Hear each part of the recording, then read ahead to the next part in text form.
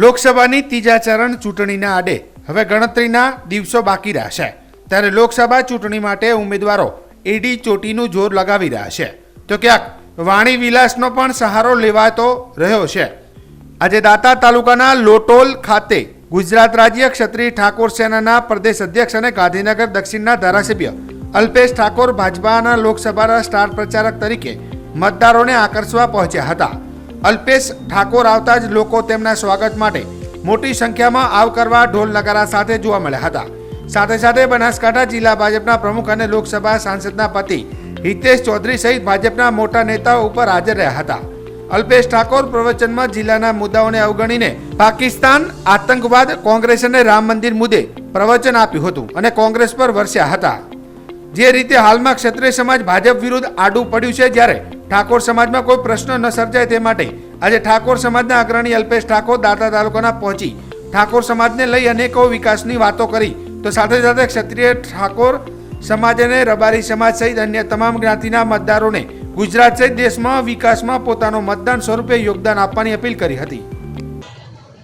આજે આપની વચ્ચે આવ્યો છું, મોદી સાહેબનો સંદેશો લઈને આપની વચ્ચે આવ્યો છું. સંદેશો છે વિકાસનો, સંદેશો છે આપણી ચિંતાનો, આપણા માટે કરેલા કામોનો. દોસ્તો, એક એવું ગુજરાત આપણે જોયેલું છે કે જે ગુજરાતમાં ઓ ભાઈ દાદા બેહો, તમે શુક્રા તમે વ્યવસ્થા કરો છો. એક એવા ગુજરાતની વાત કરું છું કે જે ગુજરાતમાં પીવાના પાણીના પ્રશ્નો હતા, જે ગુજરાતમાં રોડના ઠેકાણા નહોતા, જે ગુજરાતમાં શિક્ષણ આરોગ્યની સેવાઓ કથળેલી હતી, જે ગુજરાતમાં આએ દિન તોફાનો થતા, જે ગુજરાતમાં કાયદો અને વ્યવસ્થા પૂરી ધ્વસ્ત હતી, એવા બદહાલ ગુજરાતની વાત કરું છું.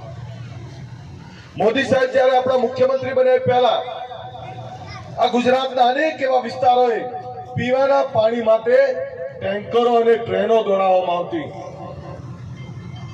આ આપણા અહીંથી અમદાવાદ જવું હોય તો આ રોડના ઠેકાણા નહોતા, શિક્ષણ આરોગ્યની સેવાઓના કોઈ ઠેકાણા નહોતા, અને ગુજરાતમાં આએ દિન કોમી તોફાનો થતા, આએ દિન નિર્દોષોને રંજાડવામાં આવતા. એવું ગુજરાત એ આપણે બધાએ જોયેલું છે ને આપણા વડવાઓએ જોયેલું છે. કદાચ આજના જવાનીઓને ખબર નહીં, કારણ કે એમને ખબર જ નહીં કે હુલ્લડ શું કહેવાય, તોફાનો શું કહેવાય, રોડ કેવા હતા, પાણી મળતું હતું કે નતું મળતું. એ ઘરમાં રહેલા એ આપણા દાદા કે દાદી કે બાપા કે મમ્મીને પૂછીએ તો જ ખબર પડે કે ગુજરાત કેવું હતું. આજે ગુજરાત એ બદલાણું છે. આજે ગુજરાતમાં શિક્ષા આરોગ્યની સુવિધાઓ સરસ બની છે. આજે આ ગુજરાતના રસ્તાઓ સુંદર બન્યા છે. આજે ગુજરાતના ખેડૂતો સુધી સિંચાઈનું પાણી પહોંચ્યું છે. આજે ગુજરાત એ ચહેકતું થયું છે. આજે ગુજરાત એ સુખી થયું છે. એ કોના કારણે? તો કે આદરણીય નરેન્દ્રભાઈના કારણે. નરેન્દ્ર મોદી આવ્યા, એમણે ખેડૂતોના ખેતર સુધી સિંચાઈના પાણી મોકલાવાનું કામ કોઈએ કર્યું હોય તો એ નરેન્દ્ર મોદીએ કર્યું. આપણા ગામડે ગામડે પીવાના પાણીની સરસ સુંદર વ્યવસ્થા કોઈએ કરી હોય એ નરેન્દ્ર મોદીએ કરી. મોદી સાહેબ આવ્યા પછી ગરીબોના ઘર સુધી અજવાળું કરવાની વ્યવસ્થા ઊભી કરવાનું કામ એ મોદી સાહેબે કર્યું. પહેલા એવું હતું કે ગરીબોના પૈસા એ કેટલાક ભ્રષ્ટ નેતાઓ અને કેટલાક અધિકારીઓ ખાઈ જતા.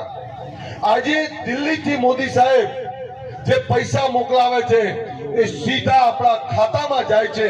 એ વ્યવસ્થા કરવાનું કામ એ મોદી સાહેબે કર્યું. ખેડૂતોના ખાતામાં સીધા પૈસા આવે, વિધવા માતાઓના ખાતામાં સીધા પૈસા આવે. તમારા મકાનોનું સપનું હોય તો એ મકાનોના ખાતા પર સીધા તમારા ખાતામાં ચેક આવે. આ વ્યવસ્થા કરવાનું કામ એ મોદી સાહેબે કર્યું. એક ઈમાનદાર શાસન, એક ઈમાનદાર નેતા પ્રજાની સેવા કરે, પ્રજાની ચિંતા કરે, એવા મોદી સાહેબની આ ચૂંટણી છે. દોસ્તો, આ ચૂંટણી કોઈ વ્યક્તિની નથી, આ ચૂંટણી કોઈ જાતિની નથી, આ ચૂંટણી છે આ દેશની, આ દેશના સાર્વભૌમત્વની, આ ચૂંટણી છે આપણા નરેન્દ્રભાઈની. તમને વિનંતી કરવા આવ્યો છું, એ નરેન્દ્ર મોદી માટે વોટ માંગવા આવ્યો છું કે જે નરેન્દ્ર મોદીએ આ દેશ બદલ્યો છે, જે નરેન્દ્ર મોદીએ આ દેશની સુરક્ષાઓ સુરક્ષિત કરી છે.